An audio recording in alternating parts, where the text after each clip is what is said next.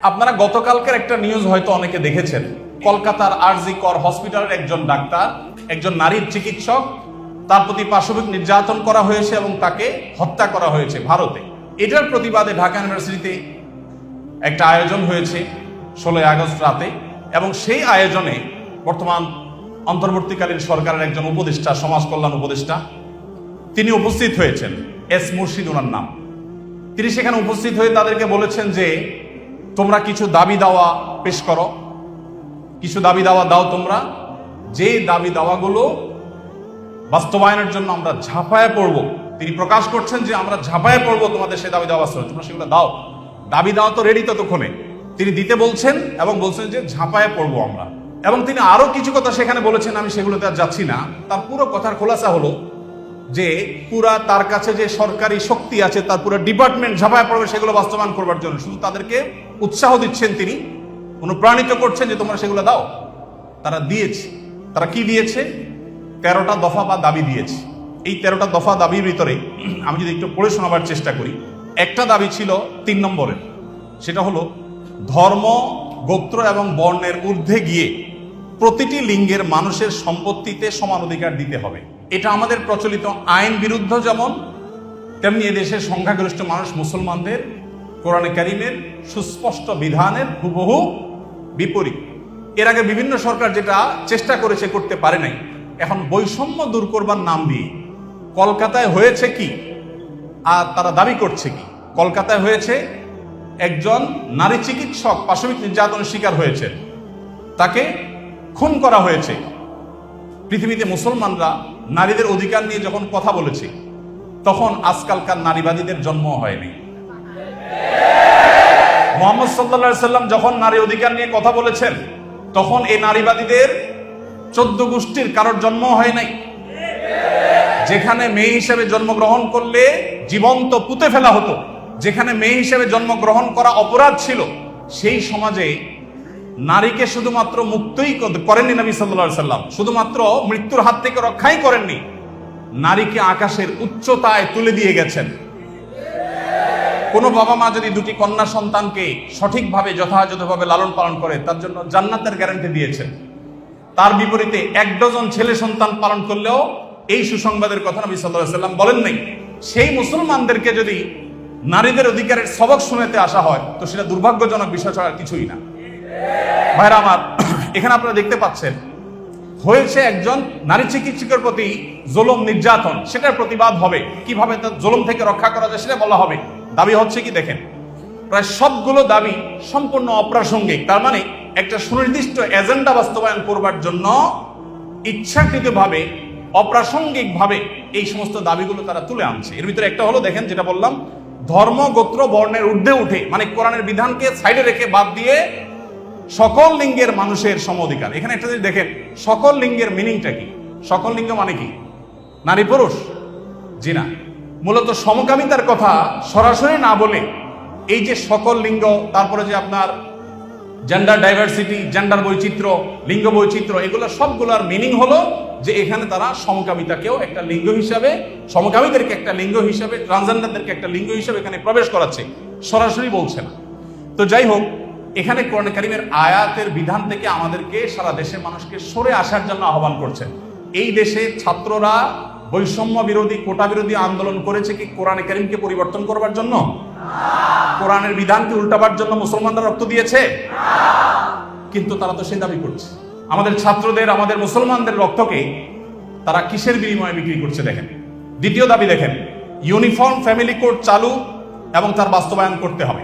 এটার সহজ কথা হলো যে মুসলিম পারিবারিক আইন যেটা আছে, এটা তুলে দিতে হবে এবং তারা যে সমাজ চায় সেই সমাজ সোজা কথা বাস্তবায়ন করতে হবে, যেটা এই দেশের সংখ্যাগরিষ্ঠ মানুষের চিন্তা, দর্শন, মূল্যবাদের পরিপন্থী। 4 নম্বর, সন্তানের অভিভাবকত্বের আইন পরিবর্তন করতে হবে। নারীকে সন্তানের অভিভাবকত্ব দিতে হবে। কোরআন পুরুষকে, বাবাকে অভিভাবকত্বের দায়িত্ব দিয়েছে এবং সেটা আমাদের সমাজে প্রতিষ্ঠিত। এটা আমাদের সমাজের সংস্কৃতি, এটা এদেশের মানুষের আবহমান কাল থেকে আসা সংস্কৃতি। এটাকে পরিবর্তন করে ফেলতে হবে। দেখুন, এগুলো এতটা অপ্রাসঙ্গিক এই সমাজে যে এগুলো নিয়ে এদেশের মানুষের কোনো কনসার্ন নাই, কিন্তু তাদের কনসার্ন আছে। এরপরে দেখেন 7 নম্বর হলো নারী, আদিবাসী, প্রতিবন্ধী এবং ভিন্ন লৈঙ্গিক পরিচয়ের মানুষকে, দেখেন নারী আসছে, আদিবাসী আসছে, প্রতিবন্ধী আসছে, এরপরে আবার নারীর পরে আবার ভিন্ন লৈঙ্গিক পরিচয়ের মানুষ বলতে কি বোঝানো হয়? পুরুষ এবং মহিলা ছাড়া ভিন্ন লিঙ্গ এর পরিচয় দেয় যারা, তারা কারা? ট্রান্সজেন্ডার। আরো সহজ করে বলতে গেলে সমকামী। কারণ একজন পুরুষ যখন নিজেকে নারী ঘোষণা করে তখন তিনি আরেকটা পুরুষের সাথে বিয়ে বসে, কারণ তিনি ঘোষণা করছেন নিজেকে নারী, এখন একটা পুরুষের সাথে বিয়ে বসেন। যখন একটা ছেলেকে বিয়ে করেন তিনি, তখন আগে থেকেই তো তিনি পুরুষ, এখন একটা ছেলেকে বিয়ে করলেন, তাহলে সমান সমান কি দাঁড়ালো? সমকামী। তো এই সমকামিতা এদেশে মানুষকে গিলানো সহজ হবে না, সেজন্য এই সমস্ত শব্দের মাইল পেস তারা দিচ্ছে। আপনি দেখেন প্রতিটা দফায় হয়েছে কলকাতায় কি আর তারা দাবি করছে কি। তো এই যে ব্যাপারটা দেখেন, এখানে তারা বলছে যে নারী, আদিবাসী, প্রতিবন্ধী এবং ভিন্ন লৈঙ্গিক পরিচয়ের মানুষদের প্রতিনিধিত্বের জন্য যৌক্তিক অনুপাতে কোটা বরাদ্দ দিতে হবে। যে কোটা বিলুপ্তির জন্য এত কিছু, সেই ছাত্রদের করা সরকারের উপদেষ্টা এখন কোটা চাচ্ছেন সমকামীদের জন্য। এই মানুষগুলো যারা শারীরিকভাবে সুস্থ সবল, তারা নিজের মেধায় তো লড়তে পারেন, কিন্তু এখানে নারীদের জন্য শুধু কোটা চাচ্ছেন তিনি তা না, তিনি ভিন্ন লৈঙ্গিক পরিচয়ে ধারণকারী মানুষদের অর্থাৎ সমকামীদের জন্য তিনি কোটা চাচ্ছেন। সমকামীদের শুধু বৈধতা দেওয়ার কথা বলছেন না, তাদের জন্য কোটা রাখার দাবি করা হচ্ছে। এরপরে আমরা দেখতে পাচ্ছি 8 নম্বর যে দাবি, সে দাবিতে লেখা আছে যে বলা হয়েছে যে 1860 সালের গর্ভপাতের আইন বাতিল করতে হবে, নারীকে গর্ভপাতের পরিপূর্ণ স্বাধীনতা দিতে হবে। মানে জেনা ব্যভিচার হবে, অসামাজিক কার্যকলাপ হবে, মনে চাইলে গর্ভপাত করবে, এই বিষয়গুলো ইজি করে ফেলতে হবে। সোজা কথা, গর্ভপাতের মাধ্যমে যে ভ্রূণ হত্যা করা হয়, এটা কি হত্যা না? হত্যা না। তো মানবতার ধ্বজাধারীরা দাবি করছেন কিসের? যে একটা মানব ভ্রূণ হত্যা করার অনুমতি দিতে হবে, স্বাধীনতা দিতে হবে। এ দাবি করছেন কারা? মানবতার সবক দেয় যারা আমাদেরকে সকাল বিকাল তারা। এরপর আপনি দেখেন কলকাতায় ঘটেছে কি, একজন নারী চিকিৎসকের উপরে জুলুম হয়েছে, আর তারা চাচ্ছে কি যে কোনো নারী যে কোনো জায়গায় গর্ভপাত করতে পারবে, পারমিশন চাচ্ছে। তার মানে যত রকমের অবৈধ সম্পর্ক আছে, জেনা ব্যভিচার আছে, এগুলো করে যাতে কারো টেনশন করতে না হয়, সে রাস্তা যাতে সুগম হয়, সেটা তারা চাচ্ছে। কলকাতা হয়েছে কি আর তারা দাবি করছে কি? আচ্ছা, এরপরে দেখেন 9 নম্বর দাবি করেছে তারা, নারী এবং লৈঙ্গিক বৈচিত্র্যের মানুষের জন্য সমান কর্মসংস্থানের সুযোগ দিতে হবে এবং নিরাপদ কর্মসংস্থানের নিশ্চয়তা দিতে হবে। তার মানে নারী এবং লৈঙ্গিক বৈচিত্র্যের মানুষদের কথা বলা হচ্ছে এখানে। পুরুষ তো আছেই, মহিলা পুরুষের বাদে আবার বিভিন্ন লৈঙ্গিক পরিচয়ের ধারণকারী মানুষদের জন্য কর্মসংস্থানে বিশেষভাবে তাদের জন্য সুযোগ দিতে হবে, পরিবেশ করতে হবে। তার মানে কি নারী পুরুষ ছাড়া কি আছে? ট্রান্সজেন্ডার বা সমকামী। যদি আপনি বলেন না আমি এখানে তৃতীয় লিঙ্গ বুঝেছি, তাহলে তৃতীয় লিঙ্গ বলতে আপনার সমস্যা কি? লৈঙ্গিক বৈচিত্র্য শব্দ বলতে কতগুলো অক্ষর ব্যবহার করতে হয়েছে, উচ্চারণ করাও তো একটু কঠিন। আপনি তৃতীয় লিঙ্গে বলতে সমস্যা কোথায়? হিজড়া বলতে যদি আপনি না চান, না বললেন।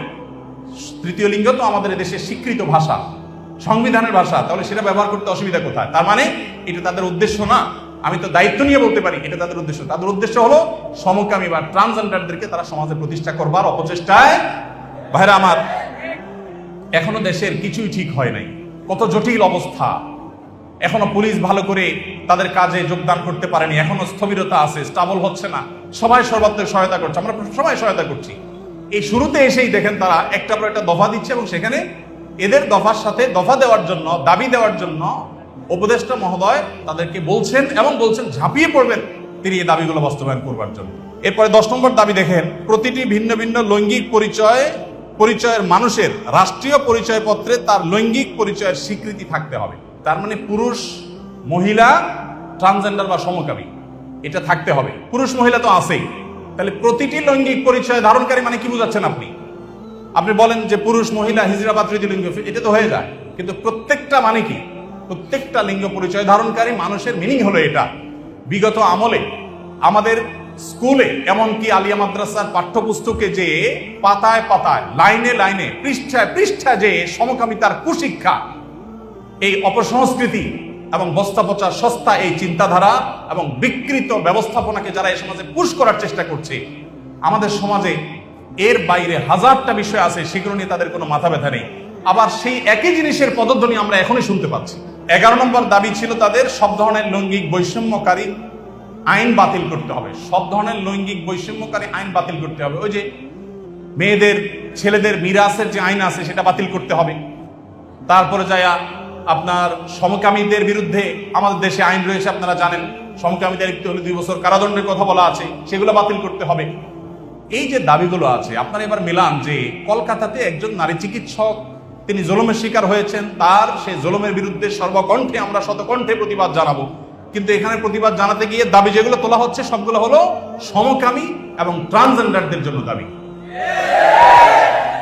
এই যে ষড়যন্ত্র, এটা আমাদের দেশে নতুন না। যারাই যখন আসে বিদেশিদের টাকা পয়সা ফান্ড পেয়ে তারা সেগুলোকে এই দেশে পুশ করার অপচেষ্টায় লিপ্ত থাকে। তারা জানে না এদেশের ওলামা একরাম তাদের শেষ রক্তবিন্দু থাকা পর্যন্ত এ সকল অনাচারের বিরুদ্ধে তারা কথা বলে যাবেন। এদেশের ওলামা একরাম, এদেশের দিনদার মানুষের কোনোদিন এটা বাস্তবায়ন হতে দিবে না। মালয়েশিয়ানরা যদি সমকামীদের যে সিম্বল, তাদের যে রংধনুর সিম্বল, সেই কালারগুলো, সেই 6 কালার, এগুলো যদি কেউ কোনো পোশাকে, আশাকে, ঘড়িতে, কোনো কিছুতে ধারণ করে, আমি যদি ভুল না বলে থাকি, না জেনে থাকি, তাহলে 3 বছর কারাদণ্ডের কথা বলা আছে। তো মালয়েশিয়ান গভর্নমেন্ট যদি এটার বিরুদ্ধে এত শক্ত অবস্থানে থাকার পরেও তারা উন্নতির চরম শিখরে পৌঁছে যায়, আমরা তাদের কাছে চাকর হওয়ার জন্য লালায়িত থাকি, তাহলে এরা আমাদেরকে কোথায় নিয়ে যেতে চায়? একজন উপদেষ্টা মহোদয় তিনি এদেশের সকল ধর্মের মানুষের কাছে ঘৃণিত একটা বিষয়কে সমাজে স্টাবলিশ করবার জন্য রীতিমতো প্রকাশ্যে এখন তারা নেমেছে। এখন একজন আলেম হিসাবে, একজন দায়ী হিসাবে আমাদের বুদ্ধিবৃত্তিকভাবে এই সকল ষড়যন্ত্র মোকাবেলা করতে হবে।